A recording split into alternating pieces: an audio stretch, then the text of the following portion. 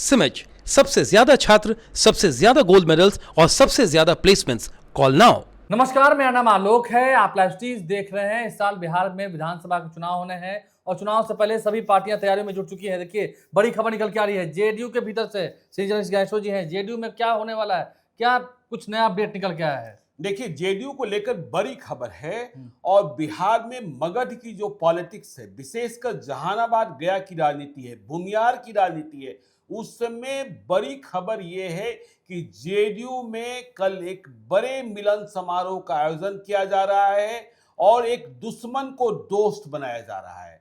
आपको जानकर हैरत होगी कि देखिए, कल 4 सितंबर है, पूर्वाह्न 12:30 बजे जहानाबाद के पूर्व सांसद अरुण कुमार जेडीयू में शामिल होने जा रहे हैं। मतलब सोचिए, अरुण कुमार, हाँ, कितने दिनों की दुश्मनी खत्म होने जा रही है।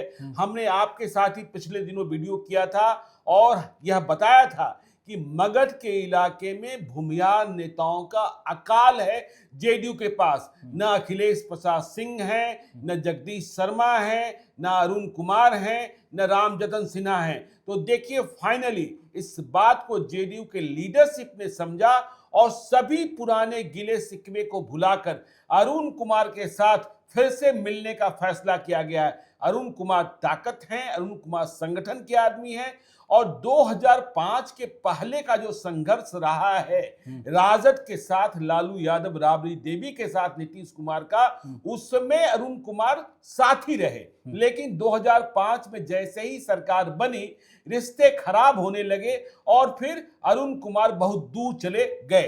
अरुण कुमार ने कितनी पार्टियों के साथ काम किया, फिर अपनी पार्टी भी बनाई, आपको यह भी पता है। तो अरुण कुमार कल वापस हो रहे हैं। संजय झा, उमेश कुशवाहा, विजय चौधरी, नीतीश कुमार की सहमति प्राप्त हुई है। और यह देखिए, हमने क्यों कहा कि दुश्मन को दोस्त बनाया जा रहा है। आपको 2015 का वह बयान भी याद होगा जब अरुण कुमार ने कहा था नीतीश कुमार की छाती तोड़ देंगे। तो मुकदमा भी हुआ हाँ, मुकदमा हुआ था और मुकदमे में एसीजेएम के कोर्ट से उन्हें सजा भी सुना दी गई थी, लेकिन 3 साल की सजा थी, इसलिए जमानत मिल गई थी। 5,000 रुपए का अर्थदंड भी लगाया गया था, लेकिन बाद में ऊपरी अदालत से उन्हें राहत मिल गई थी, वह बरी हो गए थे शायद 2022 में, ठीक है ना। और उन्होंने यह स्पष्ट किया था कि छाती तोड़ने का मतलब छाती तोड़ना नहीं था, घमंड तोड़ना था। तो बहुत दूर जा चुके थे अरुण कुमार, लेकिन अब अरुण कुमार को चुनावी जरूरतों के हिसाब से, देखिए, जेडीयू एक एक सीट पर उम्मीदवार तलाश रहा है, एक एक सीट पर, और एक एक सीट के गणित को समझा जा रहा है। जेडीयू में कई खिड़कियां हैं, यह आपको पता है।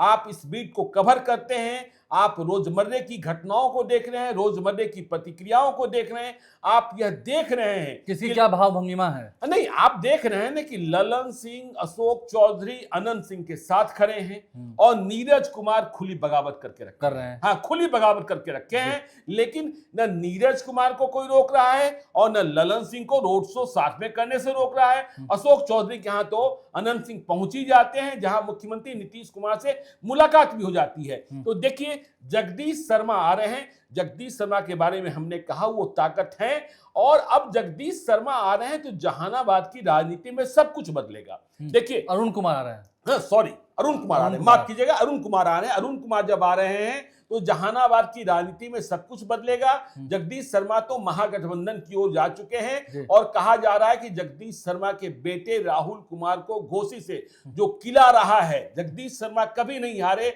उनके बेटे चुनाव हार गए। घोसी से राहुल कुमार महागठबंधन के उम्मीदवार होंगे, आरजेडी के उम्मीदवार होंगे। यह बात तो उधर भी तो मिलन समारोह फिर होगा ही नहीं, वो हो जाएगा। देखिए, अभी घोसी में माले जीती हुई है, तो माले को घोसी के बदले मखदूमपुर की सीट देने की बात चल रही है। तो जगदीश शर्मा के बेटे, आप देख सकते हैं कि घोसी में महागठबंधन के उम्मीदवार हो सकते हैं। ठीक इसी प्रकार अखिलेश प्रसाद सिंह के बेटे,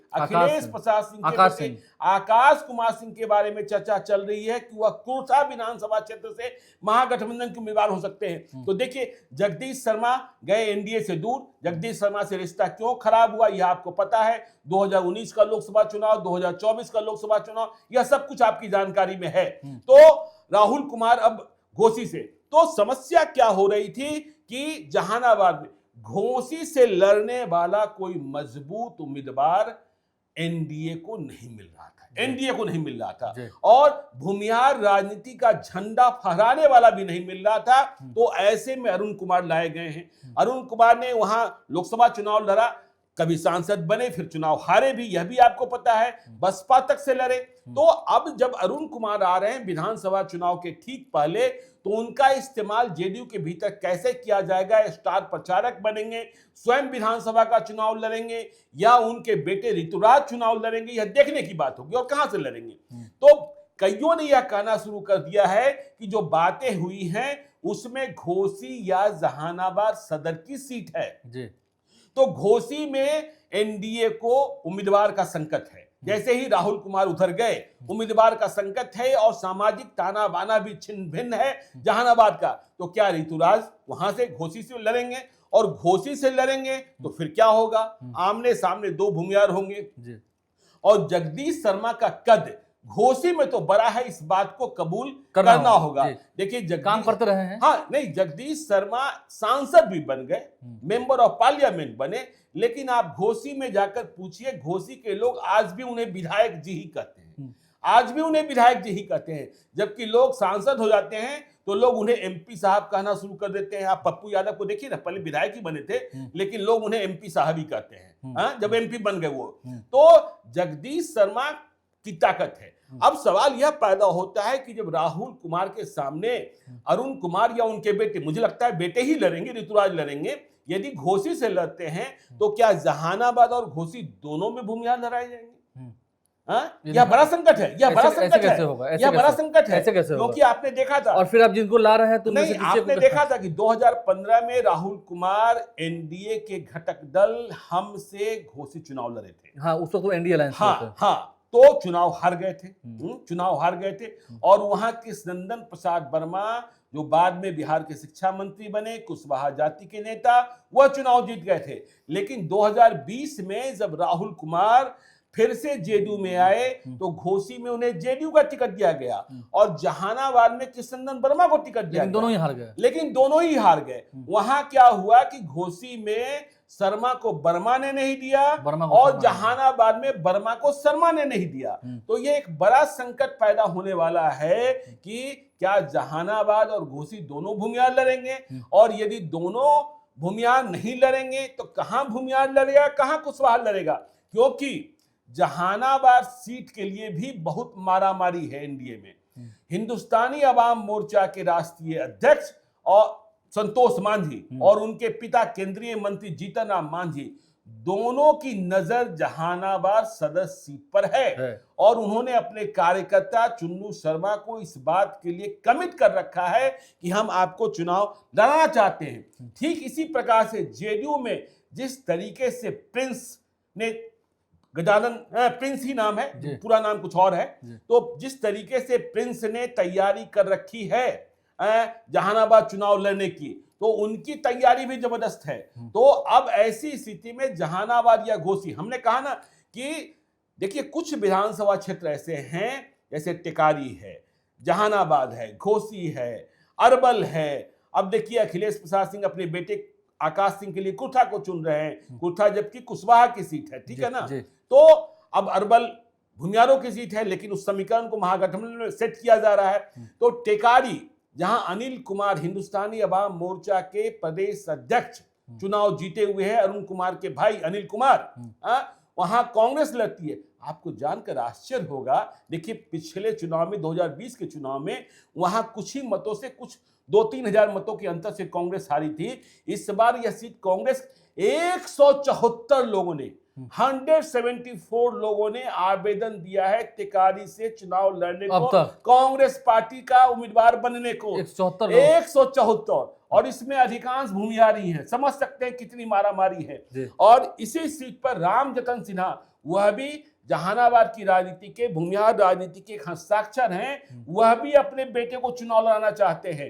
तो अरुण कुमार का ला रहे हैं, अरुण कुमार की ज्वाइनिंग संजय झा कराएंगे, उमेश कुशवाहा कराएंगे। आपकी सहमति नहीं हुई लगता है? नहीं, नीतीश कुमार की सहमति के बिना नहीं, नीतीश कुमार की सहमति ठीक है, हाँ जी। लेकिन जेडीयू में पहले सब कुछ जब होता था तो सब कोई एक साथ एकजुट, तो मैंने कहा ना कई खिड़कियां खुली हैं, कई खिड़कियां खुली हैं, और नीतीश कुमार से कौन सी खिड़की कब कौन सी अनुमति प्राप्त कर लेता है यह पता ही नहीं चलता है। और जब कल अरुण कुमार की ज्वाइनिंग होगी तो जो परंपराएं चली आ रही है, शाम को अरुण कुमार जाकर मिलेंगे नीतीश कुमार से मुलाकात भी करेंगे, गिले शिकवे भी खत्म होंगे, तस्वीरें भी जारी होंगी। तस्वीरें भी जारी होंगी और इसके बाद अरुण कुमार आप देखिएगा कि स्टार प्रचारक भी बन जाएंगे, ये भी तय है। स्टार प्रचारक भी बन जाएंगे। देखिए, हमने कहा कि एक एक सीट के लिए उम्मीदवार खोजे जा रहे हैं। बार बार हम लोग चर्चा कर रहे थे कि संदेश में जेडीयू को उम्मीदवार नहीं मिल रहा है। संदेश सीट जेडीयू बीजेपी को देना चाहती थी और बदले में बरहरा लेना चाहती थी, लेकिन हुआ नहीं।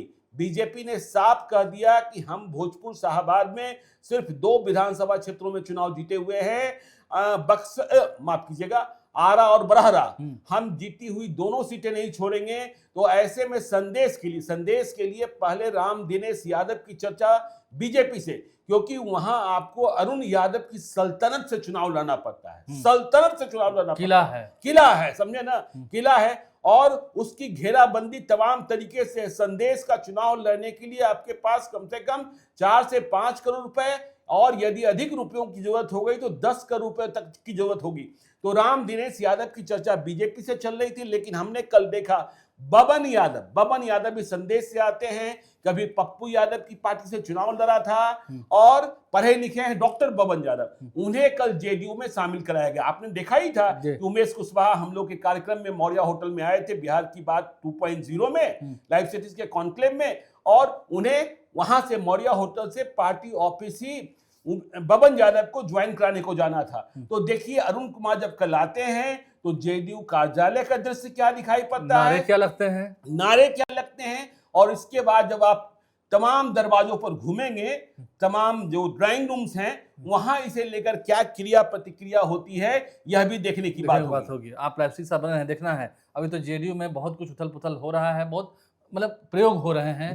चुनाव है तो प्रयोग होगा ही, बहुत लोगों को लाया जा रहा है। इससे कितनी मजबूती मिलेगी और अंतरकलह भी कहीं ना कहीं होगा, उसका भी एक रिएक्शन कहीं ना कहीं तो दिख ही रहा है। नीरज कुमार का आपने जिक्र किया, रिएक्शन तो दिख ही रहा है, देखना होगा। आप लाइव से बने रहें और इससे लाभ किसे हो जाता है इस चुनाव में, ये भी देखना होगा। हमारे चैनल को सब्सक्राइब कर लें, साथ साथ फेसबुक पेज भी लाइक करें। इसके अलावा ट्विटर हैंडल पर लाइव से फॉलो करें। धन्यवाद।